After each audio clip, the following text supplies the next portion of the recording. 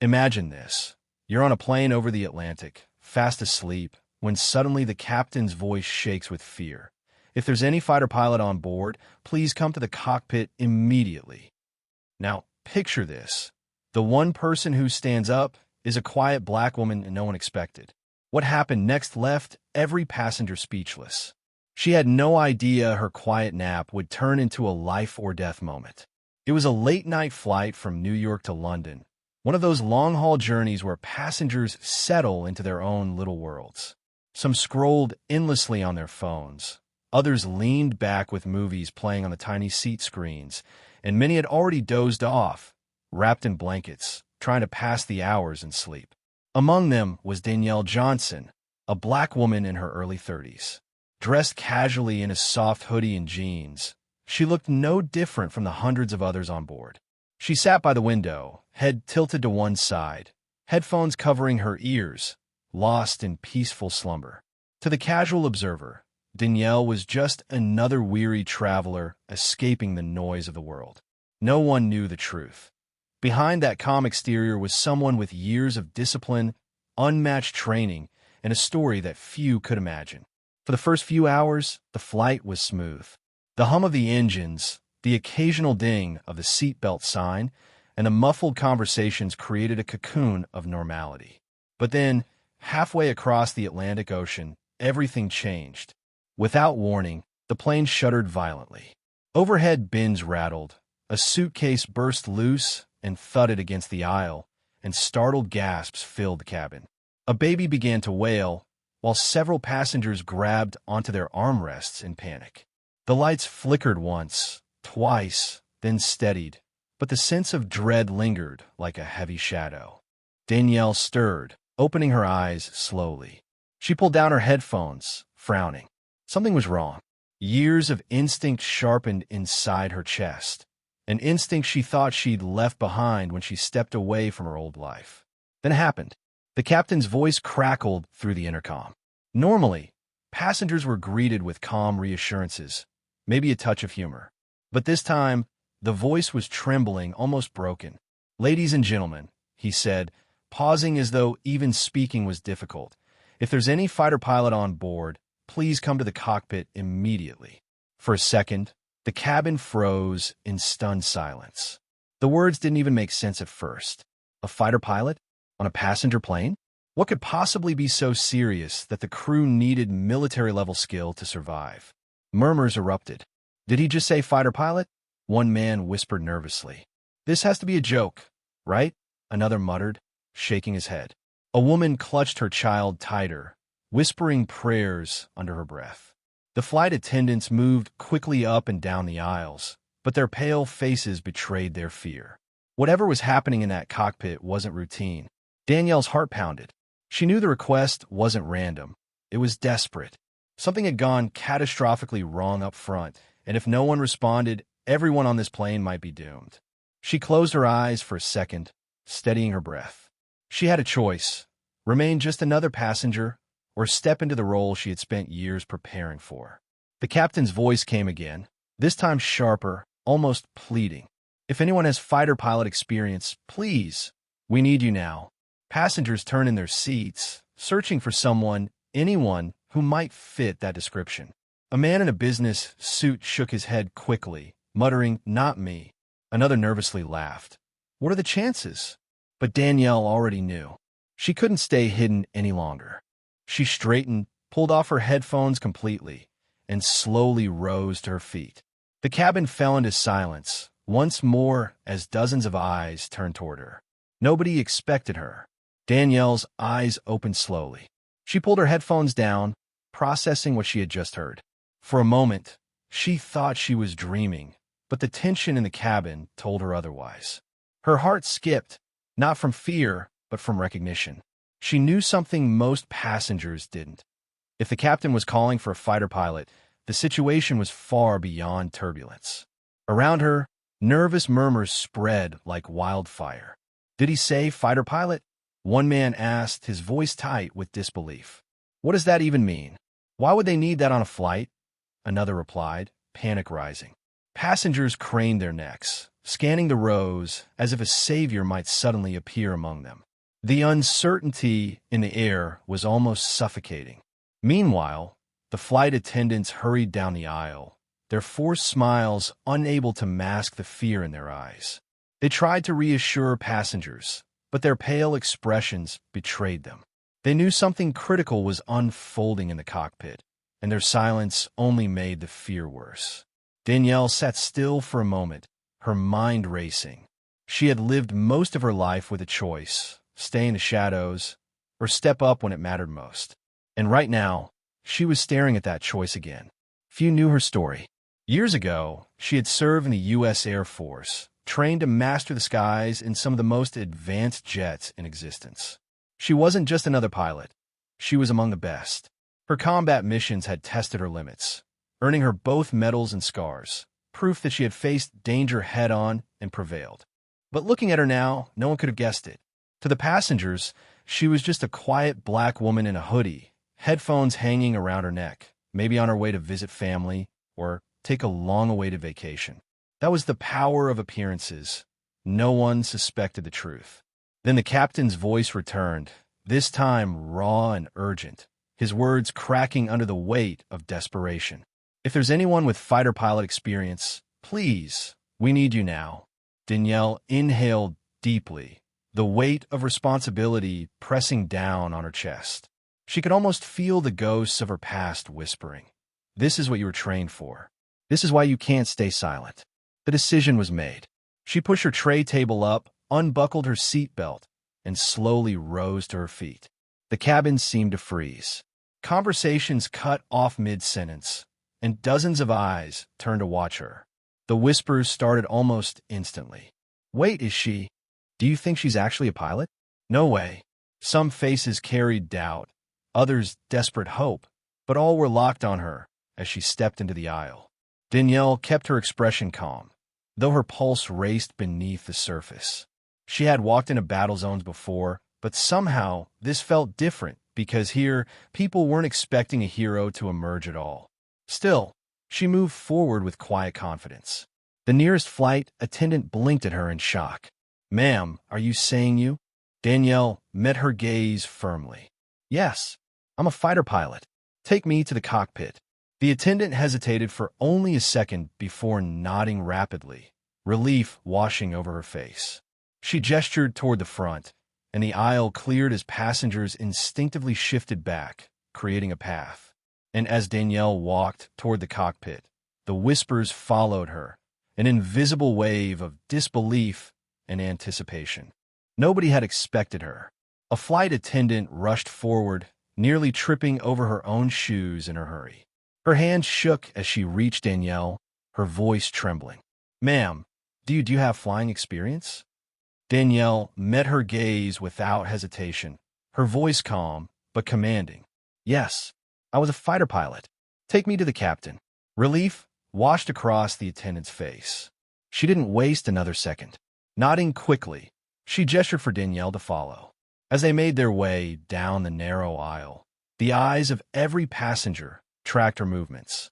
Some looked skeptical, others whispered prayers under their breath, but all clung to the possibility that maybe, just maybe, this woman could save them. By the time they reached the cockpit door, the silence in the cabin was deafening. The attendant keyed in the emergency code, and the heavy door opened with a hiss. The scene inside was chaos. Warning alarms screeched, filling the small space with piercing noise. Red and amber lights blinked furiously across the control panels, a frantic display of failure. Both pilots were drenched in sweat, their hands moving frantically across switches and controls. The air smelled faintly of burning wires, a detail most passengers would have missed, but Danielle caught instantly. The captain spun around at the sound of the door opening, his face pale and tight with panic. His eyes darted to Danielle, sizing her up in disbelief. You're the pilot? He asked, his voice sharp, almost desperate. Danielle didn't flinch. I was. Fighter jets. Tell me what's happening. The first officer didn't even look up from the controls. He jabbed a finger at the scrambled radar screen. We've lost all navigation systems. The autopilot is shot, and we can't reach ground control. Communications are dead. We're blind out here." The words hung heavy in the air. To anyone else, they would have sounded like a death sentence. But Danielle's expression hardened, her eyes narrowing with razor-sharp focus. She had trained for situations where every second meant the difference between life and death. And right now, that training was about to be tested. "Move," she ordered firmly, sliding into the empty jump seat beside the captain. The authority in her tone left no room for argument. The captain hesitated only briefly before nodding, shifting to give her access. His hands shook as he lifted them off the controls, as if surrendering the fate of hundreds of lives into her care. Danielle's hands went to work immediately. Fingers flying across switches, she silenced the blaring alarms, recalibrated failing systems, and checked what remained operational. The cockpit lights reflected in her eyes as her breathing steadied, her mind fully locked into pilot mode. "Okay," she muttered under her breath, half to herself, half to the stunned crew. "If the tech won't save us, we go back to basics."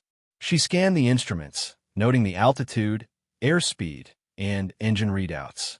Then she glanced through the windshield, searching for the stars above the Atlantic horizon. To most, they were just distant specks of light. To her, they were a compass. The captain watched in awe as the chaos began to settle, the plane responding to her steady control. You actually know what to do," he whispered. Danielle didn't look up. Her voice was steady, unwavering. "This isn't my first time flying blind. We're not going down tonight." And as her hands guided the massive aircraft through the darkness, the cabin behind her still sat in silence, completely unaware that their fate now rested in the hands of the quiet woman who had risen from her seat only minutes before. Danielle's hands flew over the controls. The familiar switches, the firm grip of the yoke, it all came back like second nature. This wasn't a sleek fighter jet screaming through combat skies, but the fundamentals were the same. Lift, drag, thrust, gravity, the laws of flight didn't change. The captain leaned closer, his voice tight with strain. "We think it's a cyber attack. The navigation screens are scrambled nonsense, and our comms are gone. We can't reach ground control, can't get bearings, we're blind, and our fuel isn't infinite." Danielle's eyes narrowed, her mind already calculating. "All right," she said, voice steady. "If we can't trust the tech, we go old school." The captain blinked, almost incredulous. Old school. Danielle didn't look up. Her gaze was fixed outside, through the wide cockpit windows, where the endless night sky glittered with stars. "Celestial navigation," she explained. "Before satellites, before autopilot, this is how pilots flew across oceans. Lucky for you, they drilled it into me during training." Her fingers adjusted dials, silenced unnecessary alarms, and recalibrated what was left of the instruments. Bit by bit, the chaos calmed. She angled the plane, guiding it out of its uncontrolled descent, pulling it back to a safe cruising altitude. The change was immediate. The violent shuddering eased, the sharp dips steadied. For the first time in nearly 20 minutes, the massive aircraft felt steady again. Behind her, the crew stared in stunned silence. The first officer exhaled shakily, as though he hadn't realized he'd been holding his breath. The captain just watched Danielle, awe spreading across his face. You just saved us from going down," he whispered. But Danielle didn't flinch. Her jaw was tight, her focus absolute. "We're not safe yet," she said flatly. "Staying in the air is only step one. We need land, and we need it fast." Her mind raced through the geography of the Atlantic. Fuel wasn't limitless. If they burned too much circling, they'd have no chance at all.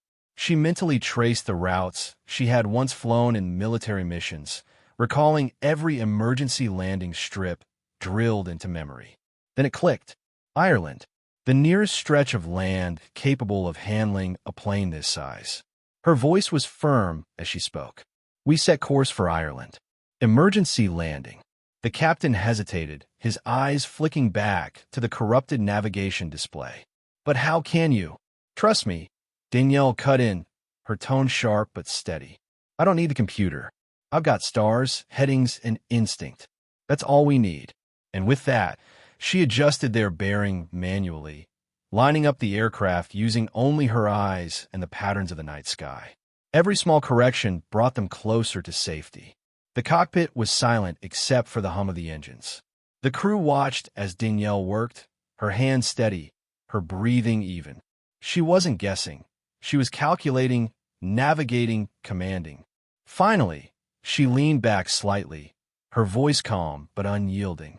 "Hold on tight. We're heading home." And for the first time since the nightmare began, hope flickered in the captain's eyes.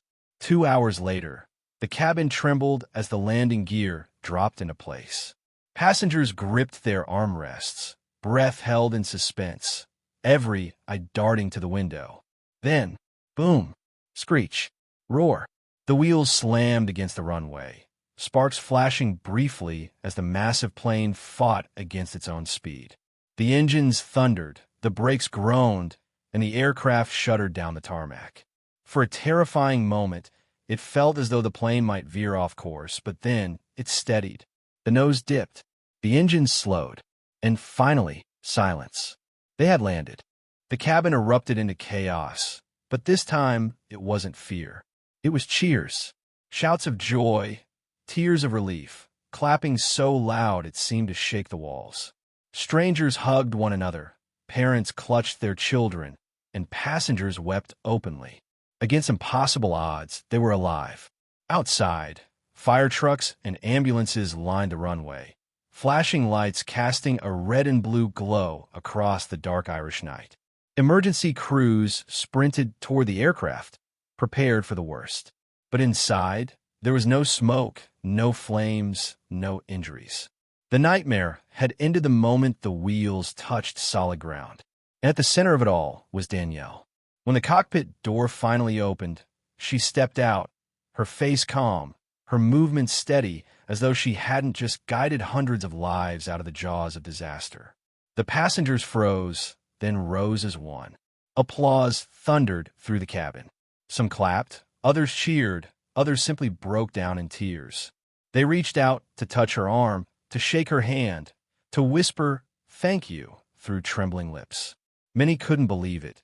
The quiet woman they had seen asleep by the window just hours earlier had saved them all. She hadn't worn a uniform, carried a badge, or looked the part of a hero. But she had been exactly what they needed when the world seemed ready to collapse. The captain followed her out, his own eyes glassy with emotion. He raised a hand, calling for quiet. His voice cracked as he spoke. "Ladies and gentlemen, this woman is the reason you are alive today. She is a decorated U.S. Air Force fighter pilot. And tonight, she proves something we should all remember. Heroes don't always wear uniforms." The applause roared again, louder than before. Danielle smiled humbly, shaking her head. "I just did what needed to be done," she said softly. And she meant it. To her, this wasn't about glory. It was about responsibility, about stepping up when no one else could. As she made her way back to her seat, the crowd parted, passengers bowing slightly, whispering reverently as she passed. She sat down quietly, pulling her hoodie closer as though wanting to disappear into the background again. But before the noise died down, a small voice rang out. A little girl, no more than 7, sat clutching a teddy bear. She looked at Danielle with wide eyes and whispered loudly enough for all to hear, "I want to be like her when I grow up." The cabin stilled for a moment, then the applause returned, softer this time, full of respect, not just relief. And in that instant, Danielle realized something profound. She hadn't just given these passengers survival. She had given them inspiration. She had given a generation a new idea of what a hero could look like. The flight had given her more than survival. It had given her a legacy. If this story gave you chills, make sure to hit that like button, subscribe, and turn on the notification bell, because more unbelievable stories like this are coming your way.